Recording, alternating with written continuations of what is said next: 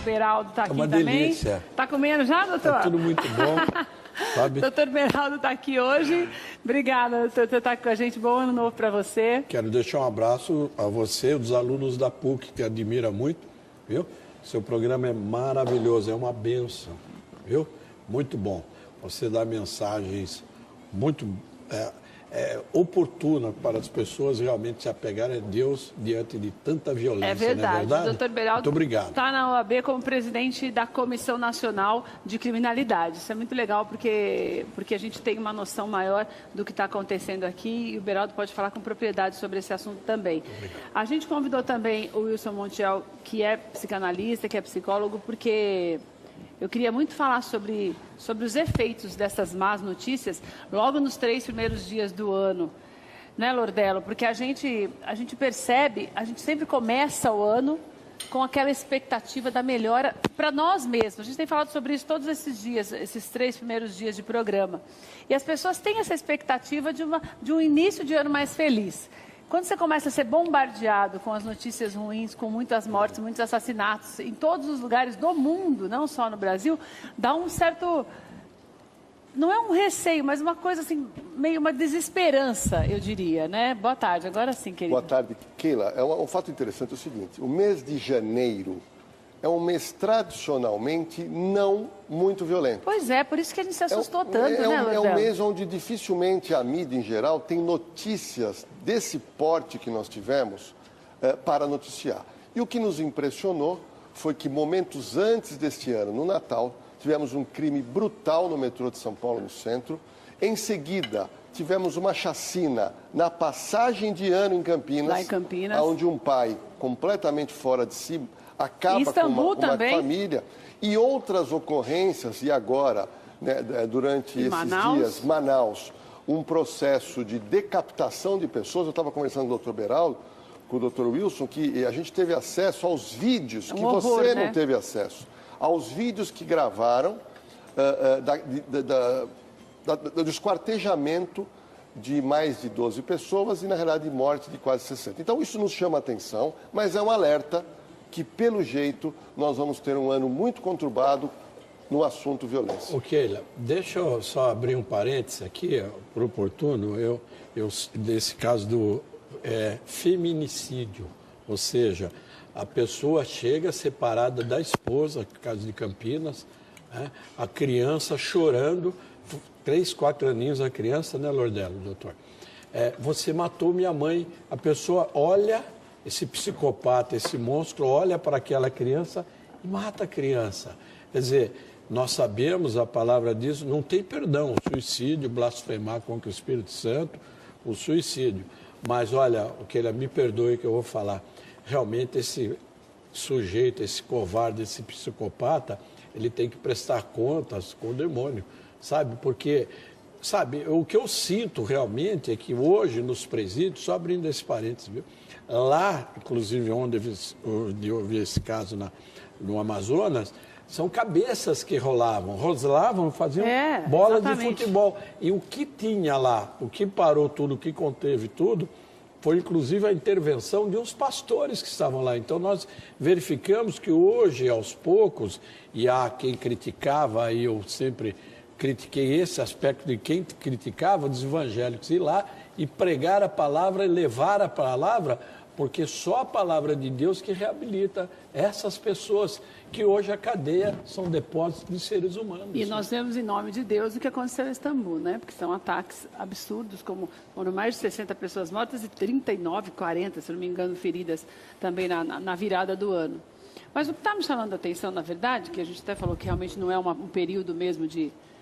Até quem já fez muito plantão, como... Quem já foi repórter, a gente fazia muito plantão. Essa época era a melhor época para você fazer plantão, porque você só fazia as festas de final de ano, nunca acontecia essas coisas mesmo. O que me chama a atenção mais do que daí, o Wilson até vai poder falar um pouco sobre isso, não é nem o crime por si só, gente, mas é o requinte de crueldade, né? De você, esse menino que você falou, na verdade, tinha 8 anos. Então, o menino viu, não foi sua mãe morrer, ele viu os outros 11, Isso. Porque ele foi o último.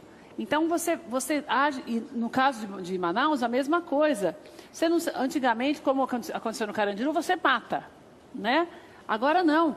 Na verdade, a intenção era e a organização deles para fazer isso de uma maneira sincronizada e de uma forma absurda e com requintes de crueldade e violência que a gente também não está acostumado a ver. Né? O que é? O ser humano está ficando cada vez pior? Não, eu creio que não existe como estar completamente saudável numa sociedade que é insana. Nós temos uma sociedade um tanto quanto insana.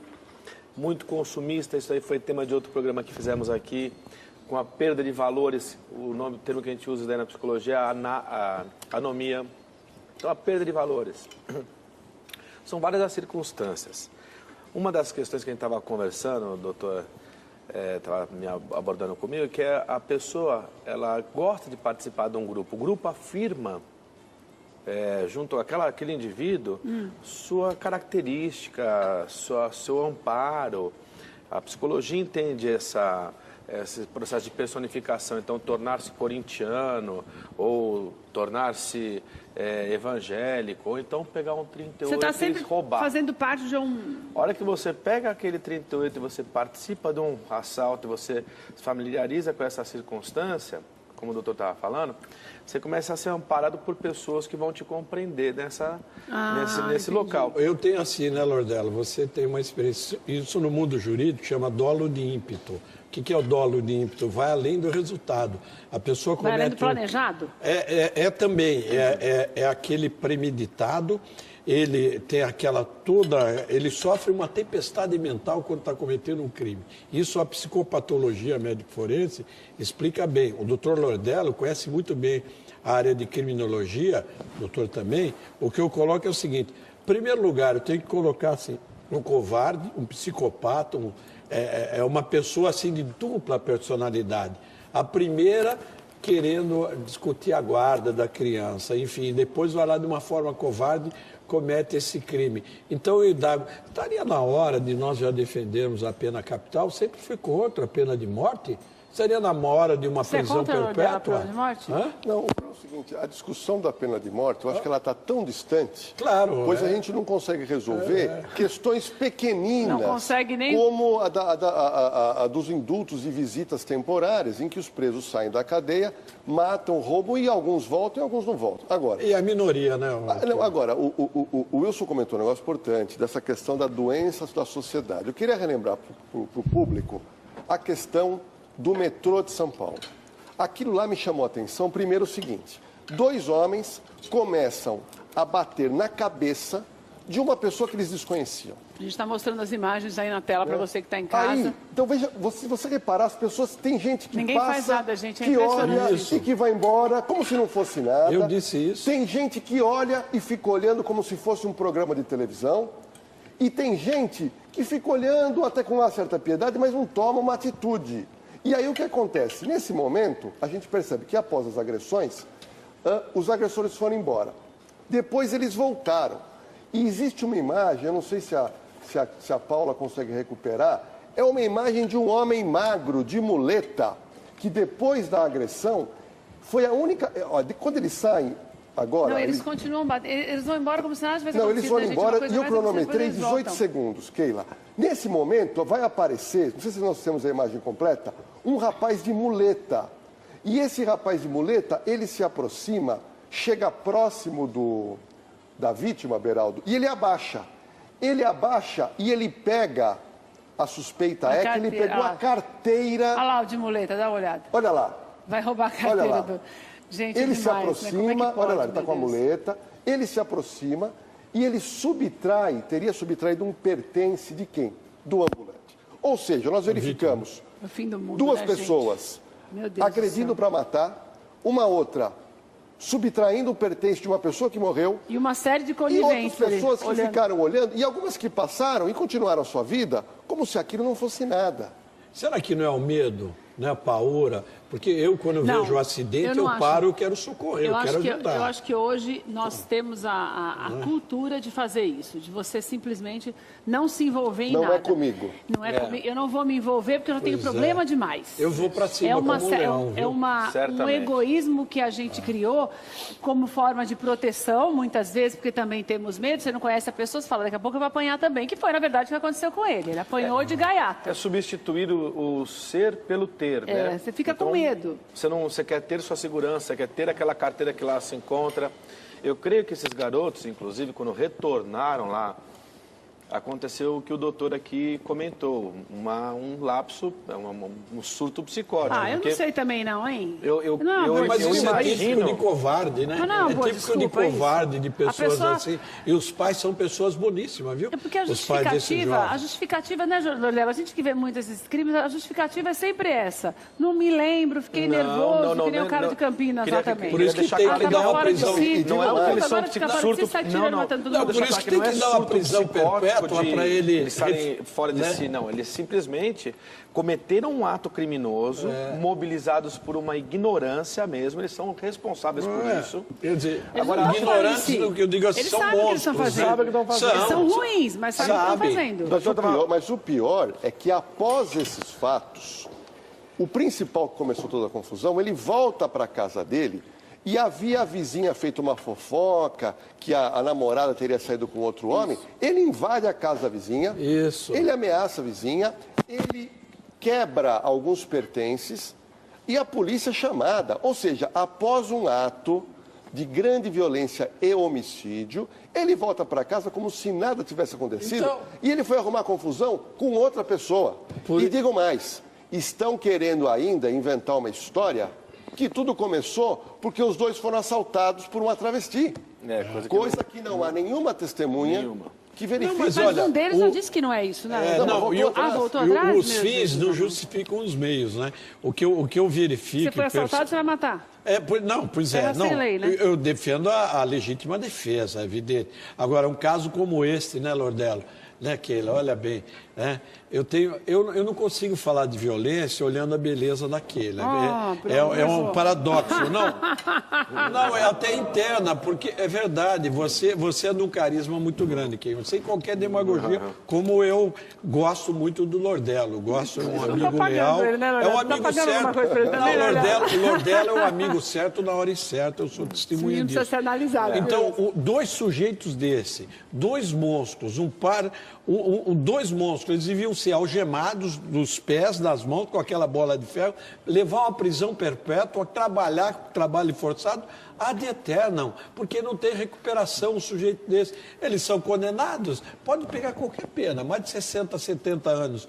A pena no Brasil não passa de 30, cumpre 10 anos, está na rua. Voltando à origem, eu estou lembrando do grande Lombroso, né? O homo delinquente, ou seja, nos primórdios, ele dizia que o cara que nasce delinquente, e a mãe não tem culpa nenhuma. A mãe que embalou seu filho, que deu amor, ela fala assim, eu gerei um monstro. Não gerou um monstro, mas ele dizia que o cara já nasce criminoso. Será que é verdade? Mas tem alguns fatores assim, a pessoa começa a quebrar as coisas em casa, por exemplo. Pode acontecer. Num estado de desacordo... Como um deles, né? Porque um deles, a ex-mulher falou, né? Que gostava de sair batendo, não foi? Foi nesse caso do metrô, não foi? Que um deles, a mulher falou. Exatamente. Mas porque eu penso o seguinte... Você tem um momento de nervoso, você gosta de dar uns berros de vez em quando e tal. Não bater, mas você gosta de dar uns berros de vez em quando, isso é uma coisa. Esses berros de vez em quando pode desencadear... Podem. Você deve canalizar eles para algum lugar adequado. Por isso que uma luta marcial é adequada para que você possa pegar aquela raiva. Quer dizer, não sair batendo em ninguém, é bom já se matricular em algum lugar. Vai lá numa academia de responsabilidade que rapidamente você canaliza aquela energia. Porque eu me lembrei do Eli Mira Lopes, psicólogo alemão. Ele disse que o amor e o ódio caminham juntos, né? Eles caminham juntos. E a pessoa que pratica um crime com requintes de crueldade, ele tem alguém que ele dá muito amor. Ele pode dar muito amor, mas eu gosto desses dois caras, esses dois sujeitos. Ele tem que dar muito amor lá na cadeia. Mas daí, ele tem que apodrecer na masmorra para refletir. Eu vou mudar de assunto, vou mudar de caso só. Aquela mulher do embaixador grego, que mandou matar o embaixador, aquilo ali, se você vê, a pessoa tem uma certa, ela se embasa, ela planejou, ela se embasa na falta de punição do nosso país. Ela está indignada, daqui um mês, o negócio é tão louco que a pessoa fala para o outro, daqui um mês eu vou te pagar, porque eu já sei que não vai pegar nada, não é? Nesse caso dela, se foi ela mesma que fez, como a gente estava conversando, ela tem má fé. Porque realmente, doutor, tem razão, o amor e o ódio caminham juntos. É o caso aí desse pai que amava tanto essa criança, que odiava tanto não estar podendo estar junto e cometeu uma atitude louca. Ele foi um insano e perdeu a vida e matou os demais. Realmente eu acho uma coisa muito triste, mas é o amor e o ódio caminhando junto. No caso do embaixador, é uma pessoa, se foi ela, é leviana, porque ela está fingindo algo que ela não tem. Não é o caso aí São casos completamente diferentes. Desse pai aí que também realmente é um doente, só que é o amor e o ódio caminhando junto. Tanto ela, como o doutor estava falando para mim, ela em relação à separação, tinha uma certa mágoa com relação ao pai, né? Ao ex-marido, né? A que morreu em Campinas? A que morreu em Campinas. Já no caso do embaixador, não, foi uma Mas a gente começa a ficar com receio, né? Mas ele também premeditou de Campinas. Mas por um motivo... Uma outra motivação. Uma motivação mais legítima. Não estou dizendo que é correto, tá? Não, mas é uma outra motivação. Já esse caso aqui é um crime de uma pessoa que premeditou em matar por dinheiro, fingiu amor quando não tinha, articulou as horas, né, juntamente com o outro PM, que era a segurança, se é bem isso que está acontecendo, que o caso ainda está em investigação, né? Se assim o for, é uma pessoa que tem mais dolo, né? Correto? Não, é verdade. Não, se ficar provado que a embaixatriz tem culpa no cartório... Ela é embaixatriz? Ela é pior, porque ela cairia no chamado... Ela seria o mandante do crime. Existe a figura do mandante e aquele que vai executar o crime. Que é o que eles dizem que ela é, né? Então, o policial, que era segurança e amante dela, isso já está confirmado, mas o sobrinho dele que confirma o crime, porque a câmera, existe uma câmera em frente à casa. Ou seja, a polícia esclareceu brilhantemente o crime e é óbvio, ela, como a pessoa mais inteligente e naquele momento uma pessoa que se preparou para isso acontecer esse momento, ela vem negando. Mas o que nos leva a crer, pelas provas apresentadas pela Polícia Civil do Rio, é que ela deve permanecer presa e vai responder por esse homicídio na qualidade de mandante. Mas logo veio o quê? Veio o Superior Tribunal, veio o Supremo Tribunal Federal e fala, ela não coloca em risco a sociedade, isso foi um crime isolado, foi uma conduta isolada e permite a liberdade provisória que se eterniza. Então nós sofremos o quê? Uma verdadeira sensação de impunidade. Hoje a gente tem medo de tudo. Antigamente, Keila, eu entrava nas cadeias, você não tinha nem nascido, é na época de 80, 90. Eu não tinha nascido ainda. Na época de 80, é verdade, 90, eu comia rabanada com os presos, tomava café, eu conversava, né? Eu era da Comissão de Direitos Humanos. Aí depois eu comecei a olhar, a Comissão de Direitos Humanos tem que atender vítimas, né? Hoje eu não entro em cadeia. Mas deixa eu falar uma coisa para você. Você falou que o Supremo vai falar isso da moça? Ficava soltando porque ela é primária. Mas os seus colegas advogados falaram isso dos dois também no dia do Natal. Não, que eles não apresentavam perigo para a sociedade. Mas veja bem, os meus colegas advogados, que é a classe que eu sou apaixonado, porque o criminalista, ele não defende o pecado, ele defende o pecador. Ele não defende o crime, sim o criminoso. Quem solta é o magistrado. E nós temos autoridades frouxas nesse país, porque tem leis que podem manter preso, enclausurado. Mas a Constituição Federal, a maldita Constituição, assegura a presunção de inocência, né, Lordela? A presunção de inocência. Enquanto não for culpado, não se pode manter preso, mesmo com evidências, com provas. Mas toda essa discussão faz com que todo mundo tenha sempre um pé atrás com a punição no Brasil. Isso faz com que as pessoas, pelo menos, vislumbrem cometer um ato de loucura ou um ato insano. Eu quero dizer, e eu lembro aqui 1 Coríntios, nem olhos viram, nem ouvidos ouviram, e nem jamais penetrou no coração do homem a beleza que Deus tem para aqueles que o amam. Eu dizia aos meus alunos, leia o Código Penal na hora de dormir, deixa a Bíblia de lado. Leia o Código Civil, deixa a Bíblia de lado. Porque juízes e promotores não vão te perdoar, mas Deus irá te perdoar. Depois que eu conheci a palavra, converti. Inverteu totalmente, a palavra se renova, Deus é maravilhoso. Leia a Bíblia assim, e ser temente a Deus. O que falta mesmo hoje em dia é conhecer mais a palavra de Deus, se apegar, ou seja, orar, atuar, e vigiar. Gente, obrigada pela participação de vocês nesse primeiro debate à mesa.